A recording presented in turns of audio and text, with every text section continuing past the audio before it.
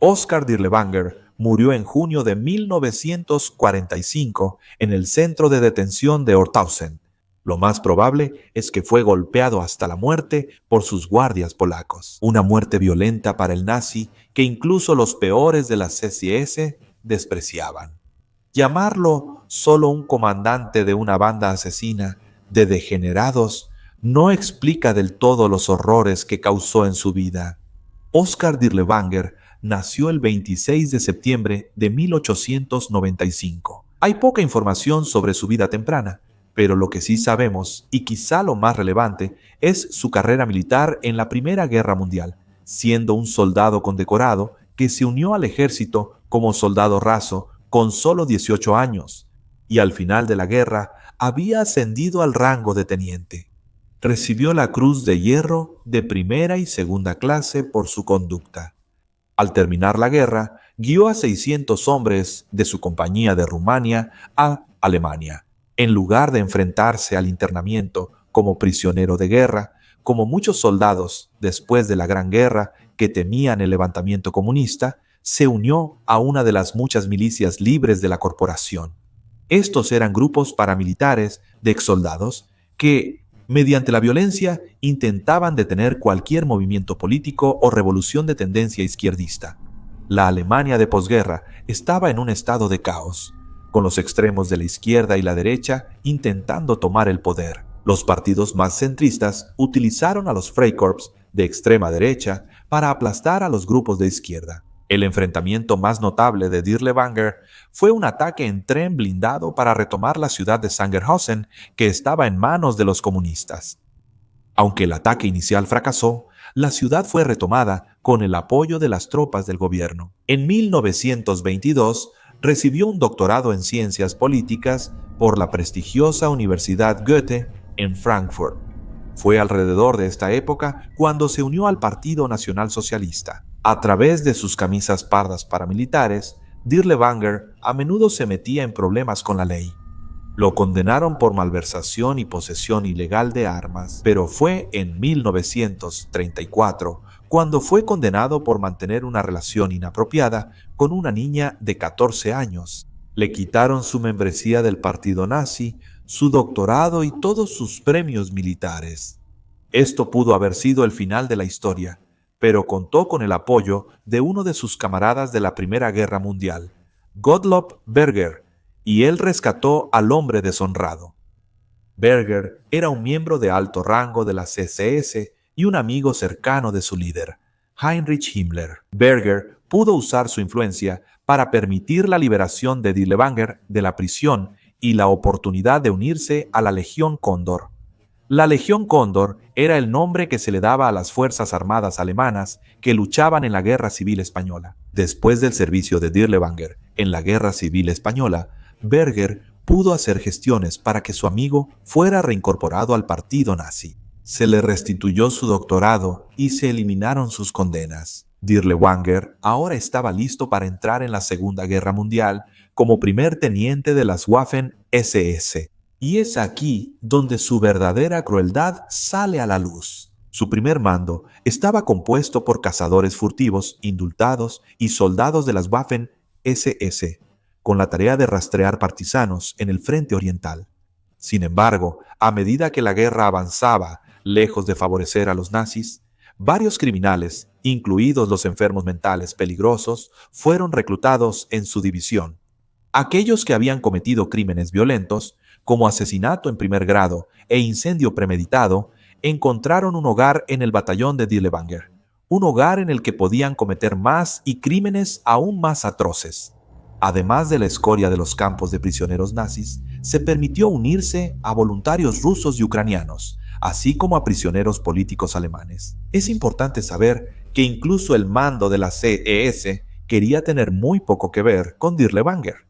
Su servicio en España no fue suficiente para quitar la desgracia de su anterior y despreciable condena. También existía una prohibición para que los criminales se unieran a las Fuerzas Armadas o a las Waffen-SS, pero nuevamente, debido a su amistad con Berger, el batallón de Dirlewanger fue puesto bajo el control de las Waffen-SS. No formaban parte oficialmente de las SS, pero era una cuestión técnica, aunque una que le permitió a él y a su banda de criminales llevar a cabo sus objetivos. En el frente oriental, el batallón fue utilizado primero para tareas antipartisanas en Polonia.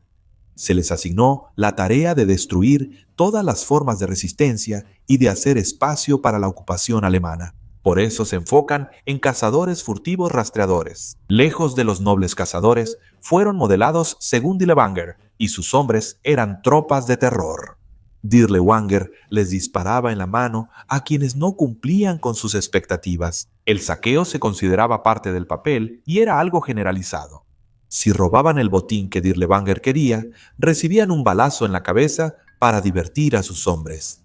Las chicas eran desnudadas y agredidas. Cuando los hombres se saciaban, a la chica le inyectaban estricnina para poder verla morir convulsionándose. En el suelo, manadas de perros rabiosos y hambrientos eran soltados sobre las víctimas, para diversión de sus cuidadores. Los brutales ataques en grupo eran comunes, y normalmente las mujeres eran ahorcadas o bayoneteadas después. Todo esto en nombre de destruir la resistencia polaca. Sin embargo, estas acciones no escaparon al comandante de las SS en Polonia. Esto se debió más a las acciones incontroladas de los hombres de Dirlewanger y menos a la crueldad.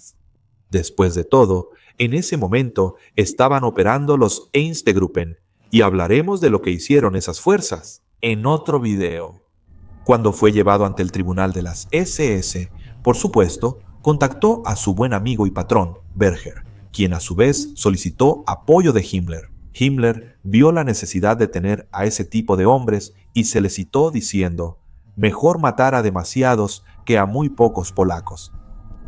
Dirlewanger parecía intocable. De hecho, fue ascendido y se le dio el mando de un batallón para ser desplegado en Bielorrusia mientras operaba en Bielorrusia.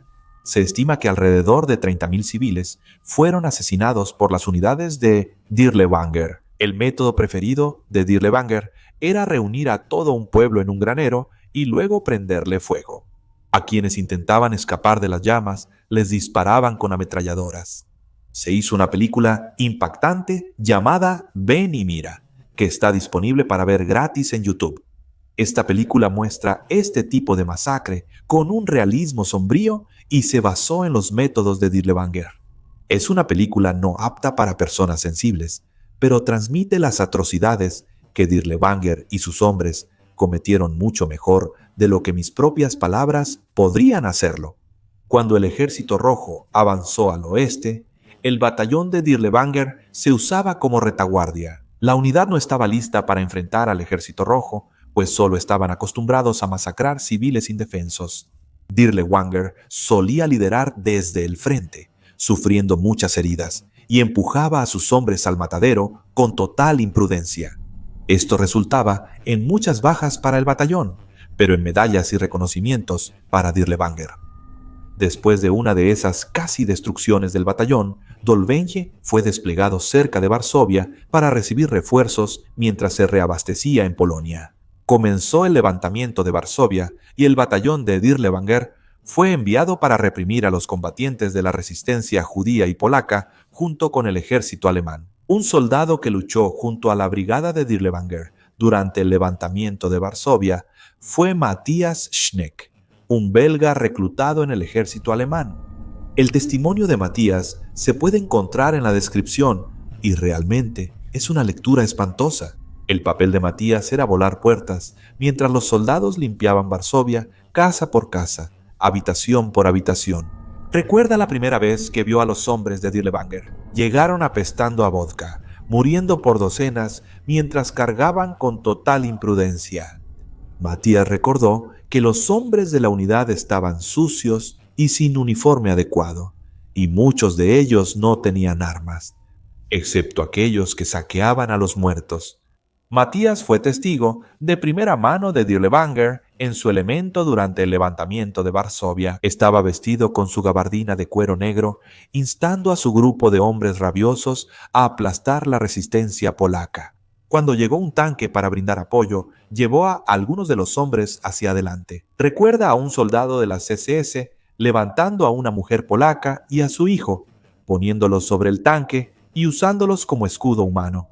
El niño quedó atrapado bajo las orugas y fue aplastado hasta morir. Los gritos de su madre atormentaron al joven soldado. La respuesta de un soldado de la CTS fue una bala indiferente en la cabeza de la madre, para que no gritara más. Cuando acabó la escaramuza y con los combatientes de la resistencia en retirada, Matías recuerda a un grupo de civiles saliendo de los edificios y sótanos. Tenían las manos en alto, insistiendo en que no eran combatientes partisanos. Matías presenció cómo Dolbengue ordenó que los fusilaran a todos en el acto durante una redada en particular. Matías recuerda haber colocado explosivos en un par de puertas grandes. Cuando se escucharon gritos de «no disparen» desde adentro, Matías entró y vio un gran salón, un hospital de la Cruz Roja, con muchos polacos y alemanes heridos acostados en camas improvisadas. Antes de que los hombres de Dolbengue entraran con sus placas, Matías pudo esconder a una de las enfermeras en un pequeño cuarto y atrancó la puerta. Las otras enfermeras suplicaron que los soldados de Dirlewanger no mataran a los pacientes polacos. Estas súplicas fueron ignoradas mientras los soldados de Dolbengue iban por ahí rompiendo los cráneos de todos los heridos con las culatas de sus armas. Tanto los alemanes como los polacos fueron asesinados. Una vez que terminaron, Matías y los otros soldados de Weimar salieron para actuar como guardias. Los hombres de Dirlewanger empezaron a acosar a las enfermeras y a arrancarles la ropa. Matías escuchó los gritos de las enfermeras, pero no pudo detener lo que estaba sucediendo. Más tarde ese día, fue testigo de un espectáculo sombrío que el propio Dirlewanger estaba organizando. Fue testigo de cómo desnudaron a las enfermeras y las llevaron a una plaza. Las enfermeras fueron brutalmente golpeadas y tenían sangre corriéndoles por la parte interna de las piernas, una por una. A las enfermeras les ataron una soga al cuello. Dirlewanger él mismo quitaba la silla o los ladrillos, actuando como una horca improvisada. Uno de los casos más horribles, recuerda Matías, fue volar una puerta y ver entre 300 y 500 niños en lo que parecía ser una escuela. Los niños tenían las manos en alto. Cuando Dirlewanger entró al edificio, ordenó que mataran a los niños. Muchos de ellos fueron ejecutados de inmediato hasta que él ordenó que se ahorraran las balas. El resto fue asesinado con una bayoneta o con la culata del rifle en la cabeza. Matías incluso recuerda un encuentro personal con Dirlewanger que casi le cuesta la vida. Le estaba dando agua a un soldado gravemente herido que llevaba uniforme alemán. Dirlewanger se acercó y gritó: «¿Le diste agua a este cerdo?». Solo entonces, al ver el brazalete rojo y blanco que lo identificaba como combatiente de la resistencia polaca, Dirlewanger le dio una pistola a Matías y le ordenó disparar al hombre herido. No pudo hacerlo después de mirar a los ojos del hombre, tratando de calcular cuánto tiempo más viviría. Entonces, otro soldado de las SS le arrebató la pistola de las manos y cumplió la orden inicial. Pero gracias a la oportuna intervención de un oficial del ejército que también tenía un problema con Dirlewanger, Matías probablemente habría sido ejecutado ahí mismo por no seguir sus órdenes. Al final del levantamiento de Varsovia, alrededor de 40.000 civiles fueron asesinados a manos de los soldados de Dirlewanger. Por su papel en esta atrocidad, Dirlewanger fue ascendido y se le dio el mando de una división de 4.000 hombres, así como la Cruz de Caballero. Oskar Dirlewanger resultó herido en 1945 mientras luchaba en Hungría y fue enviado de regreso a Alemania después de dejar la brigada. Se desintegró rápidamente. Fue durante este tiempo que se ocultó, ya que la guerra comenzaba a terminar.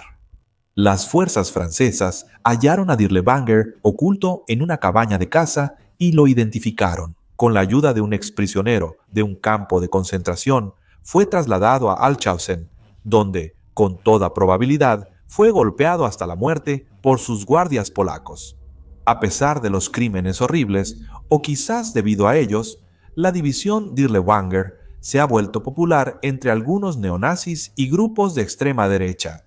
El emblema de la unidad, que son 2 granadas de mano cruzadas, se puede encontrar en foros de internet, en camisetas e incluso como símbolo de un grupo paramilitar ucraniano. Estos no eran los gloriosos supersoldados arios que aparecían en la propaganda de la época, como algunos hoy en día quisieran creer. Más bien, eran un grupo de los peores criminales de la época. Muchas veces, los mismos criminales que incluso los nazis perseguían. Estaban impulsados por el alcohol y la promesa de satisfacer sus deseos más oscuros. El reinado de terror de Dirlewanger solo fue posible gracias al apoyo de algunos de los altos mandos de la CSS.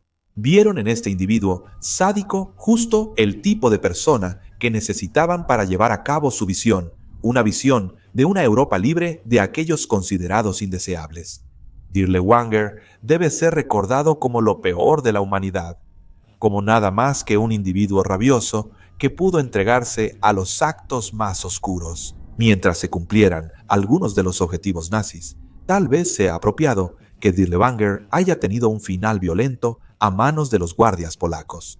Si esto es justicia o no, lo dejaré para que tú lo decidas.